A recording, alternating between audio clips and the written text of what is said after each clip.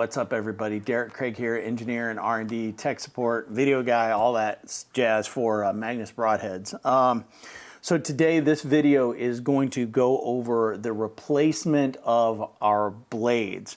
And in this video we're going to focus on the Magnus Stinger lineup. I happen to have the Stinger buzz cut here, but the same applies for the Stinger 2 and 4 blade, the Stinger buzz cut 2 and 4 blade, and the Killer Bee 2 and 4 blade, all of the variants, including the buzz cut and the Killer Bee. It's all the same practice.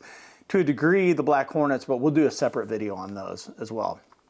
So I happen to have a pack of 100 grain Stinger buzz cuts right here in my hand. You can pick up replacement blades for these, and remember we have a lifetime warranty on all of our products, but hopefully you're going and picking up all of these blades and broadheads from your local bow shop. That's where we always encourage you to go first. You can go to the major hunting outlets, you know, your Cabela's, your Shields, your Sportsman's, all those, and pick them up.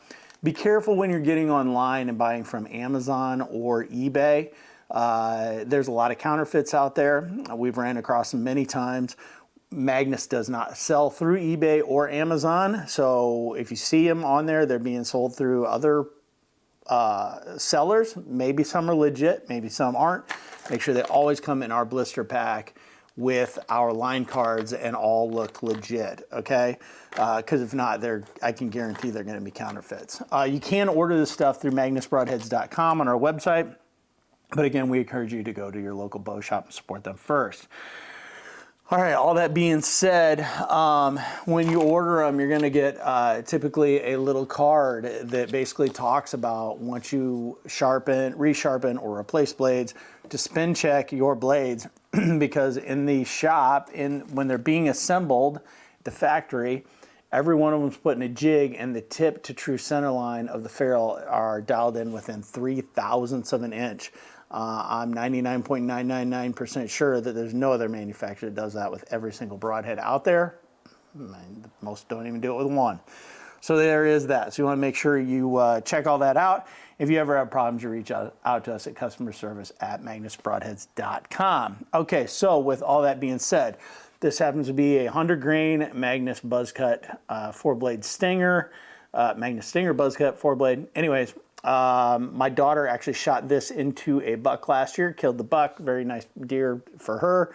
She was very happy with it. I've actually resharpened this blade, but we're actually going to change it out for the sake of this video, and we are going to do a video on this. So the first thing you're going to do is make sure you clean these off. You want to make sure if you got dirt, blood, hair, all that stuff on them, get some dish soap, get a toothbrush, and scrub them out real good. You want to make sure you get all of the dirt out of there. It'll make disassembling easier, and then double check before you reassemble that all the machine cutouts in the ferrule and everything are clean so that reassembly goes very smooth. All right, so let's tear into this and let's get this done.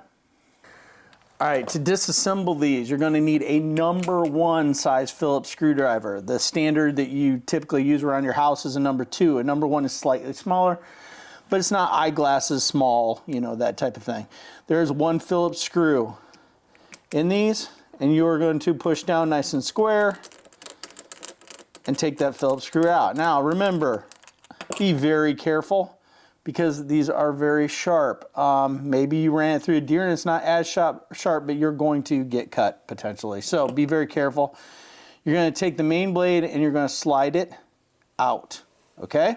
I always keep a pair of needle nose pliers available. If I didn't get things clean, maybe there's some blood in there that's dried and got sticky, needle nose will help you pull some things out of there, okay?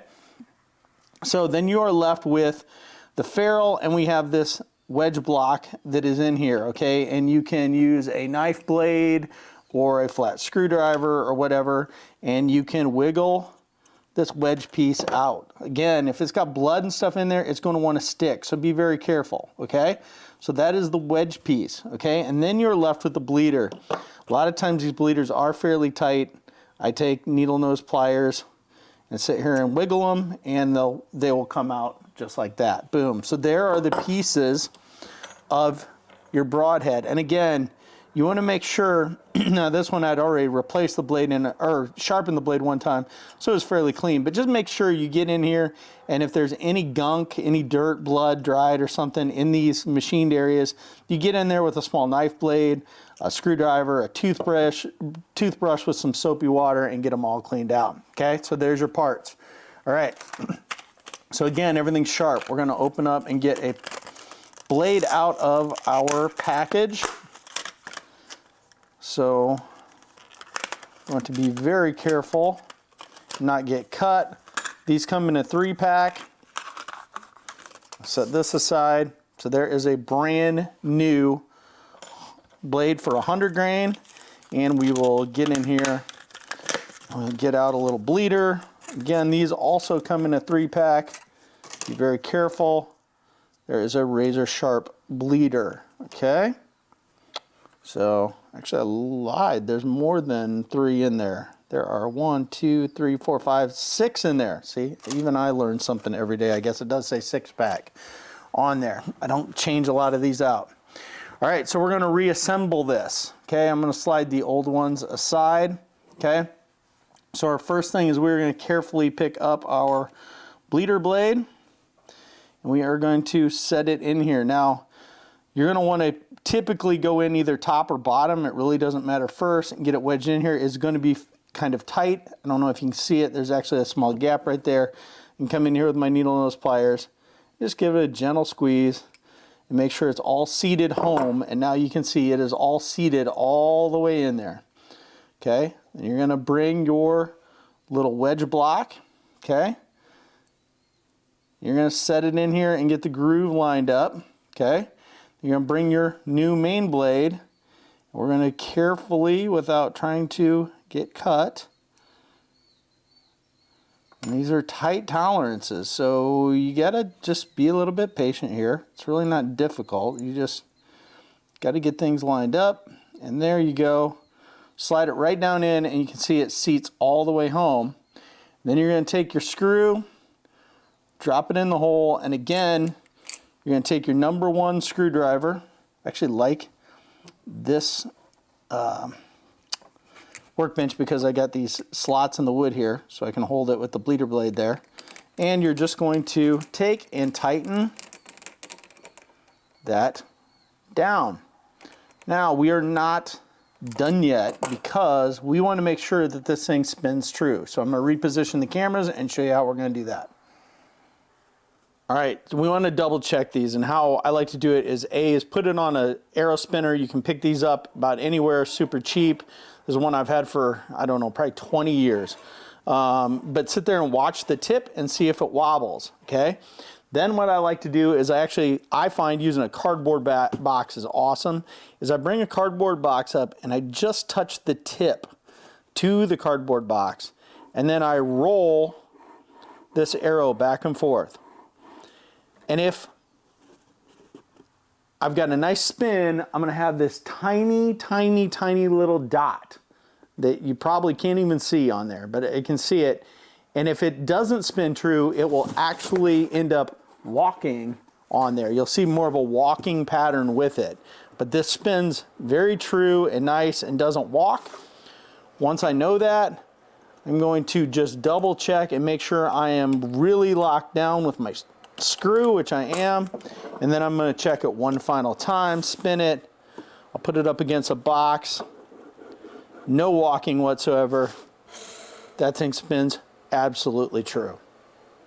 All right, so there you have it. There is the simplicity of changing out a Magnus Stinger based broadhead. It actually is very simple, easy to do. Just follow the basic instructions, you know, pick them up, pick up your replacement blade packs, hopefully again at your local bow shop, get yourself an inexpensive arrow spinner. These are invaluable. I mean, you can probably pick these up for 20 bucks or less and you'll use it a lifetime. And get in there and change your blades out. And, you know, you're ready to go. So, as always, check us out on magnusbroadheads.com. Again, please go to your local bow shops and support them. Remember, all of our products are made 100% here in the USA, and we have a no questions asked, no BS lifetime warranty on everything. You bend, break, damage any of these heads in any way, and we will replace it for free. So yeah, there you go. Again, stay safe. Good luck this year. Make sure you share your pictures of your kills with us, and we'll put them on social media for you if you'd like. So, all right, thanks. God bless.